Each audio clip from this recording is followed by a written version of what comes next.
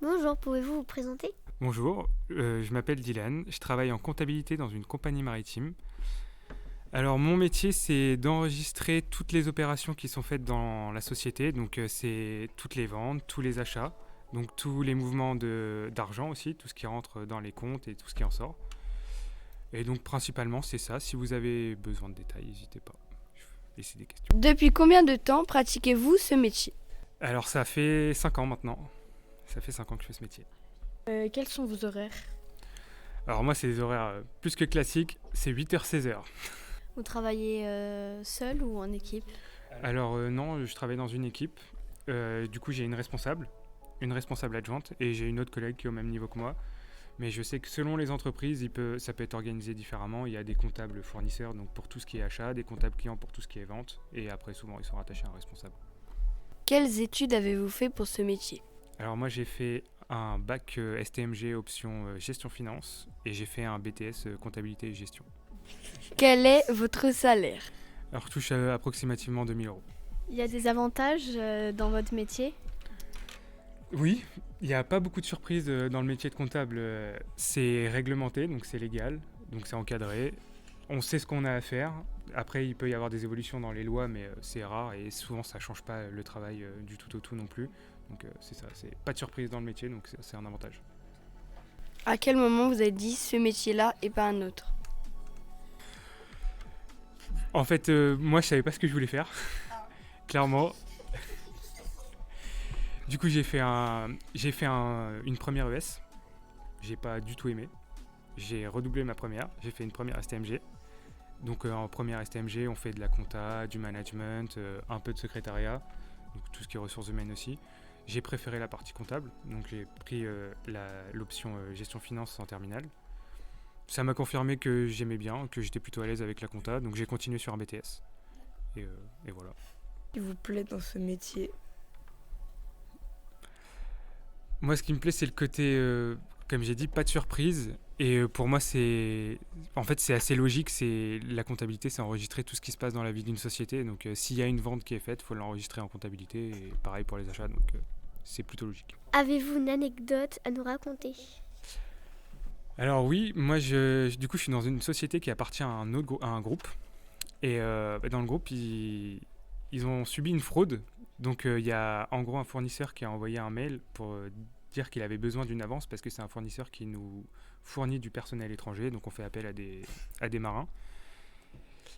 Sauf qu'il y a un hacker qui s'est infiltré dans leur réseau.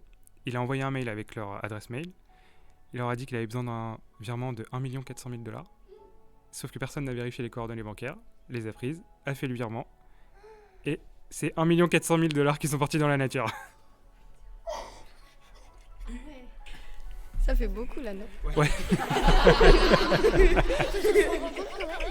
Ouais, mais c'était trop tard. C'était une fois que c'était fait, donc il n'y a plus d'argent. C'est perdu. Du coup, comment le groupe a fait pour remonter la pente, entre guillemets? Bah, en fait, c'est la banque qui, une fois que le virement a été fait, elle dit vous êtes sûr du changement de coordonnées bancaires Donc ils ont commencé à creuser. C'est un fournisseur qui servait à plusieurs entités du groupe, dont ma société. Ils nous ont demandé si nous on avait eu un changement de coordonnées bancaires. On leur a dit non, nous on n'a jamais eu cette information-là. Du coup, ils se sont rendus compte que c'était une fraude. Ils ont vérifié l'adresse mail. Il y avait une petite différence dans l'adresse mail, sauf que la personne qui a fait le virement s'en est pas rendu compte et c'était fait. Ah, du coup, ils n'ont pas pu avoir Ah non, c'est perdu. Sinon, il y a des assurances pour ça, mais les assurances coûtent extrêmement cher pour le peu de fois où ça arrive. À certains moments, trouvez-vous cette profession lassante? Oui, parce que c'est quand même des tâches qui sont récurrentes et qui reviennent très souvent. Par exemple, tu as les déclarations fiscales, pour tout ce qui est déclaration de revenus pour la société, c'est une fois par an. Déclaration de TVA, c'est pareil, c'est tous les mois. Donc c'est assez lassant parce que c'est des tâches qui reviennent souvent. Pouvez-vous nous décrire une journée type? Une journée type, pour moi, c'est du coup je traite des mails, j'ai une boîte mail, j'ai beaucoup de mails. Je reçois des factures des fournisseurs, donc je dois les enregistrer au fur et à mesure. On a des factures pour les clients qui sont émises, je dois les enregistrer aussi. Après, il y a des journées types qui sont différentes selon la période du mois ou de l'année. Donc par exemple, on a des arrêtés des comptes. Bon, je vous passe les détails, mais il faut faire la gestion des stocks et tout ça. Donc ça peut faire partie des journées types en période d'arrêté des comptes. Y a-t-il des similitudes entre le métier de banquier et de comptable ? Dans le côté financier, oui, mais après sur les tâches en elles-mêmes, je pense pas, parce que moi, je gère pas tellement l'argent. Enfin, je fais les virements pour les fournisseurs, mais c'est une fois par semaine et c'est parce qu'on reçoit ces factures-là.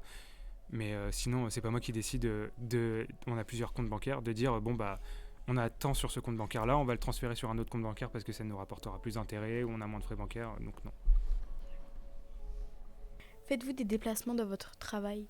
Alors moi non, mais quand tu es comptable, tu peux avoir à en faire selon l'entreprise dans laquelle tu travailles. Si tu travailles dans un cabinet comptable, tu vas travailler pour des entreprises qui font appel à toi. Et donc souvent, tu vas une fois par an, tu te déplaces chez le client.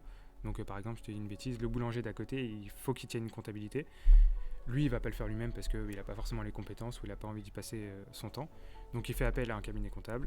Le cabinet comptable prend tous les documents qu'il a à prendre et souvent se déplace une fois par an chez lui pour faire des contrôles ou des choses comme ça. Mais moi, non. Quel est le plus gros virement que vous avez fait? Je pense que ça devait être aux alentours des 8 millions d'euros. Après, c'est une entreprise une compagnie maritime. Donc forcément, les montants sont énormes. Dites-vous, on a un bateau qui est loué par un client, c'est 30 000 euros la journée. Donc c'est pas les mêmes montants. Là, c'était des acomptes pour la construction de petits bateaux. Donc forcément, ça coûte très cher. Est-ce que vous avez déjà passé des nuits sur bateau comme ça? Non, mais je suis déjà allé visiter des bateaux. Des gros bateaux qui font, je crois, c'est 120 mètres de long, des trucs comme ça. Pouvez-vous nous donner des exemples de marchandises sur un bateau ?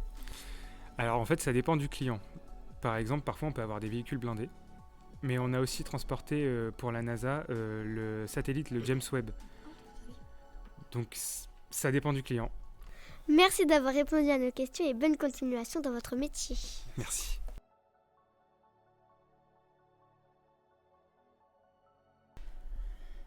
Si vous avez apprécié l'épisode, n'hésitez pas à vous abonner au podcast et à laisser un gentil commentaire ou une évaluation sur Spotify pour encourager les ados à continuer ce projet si intéressant. Merci beaucoup pour votre écoute et à bientôt.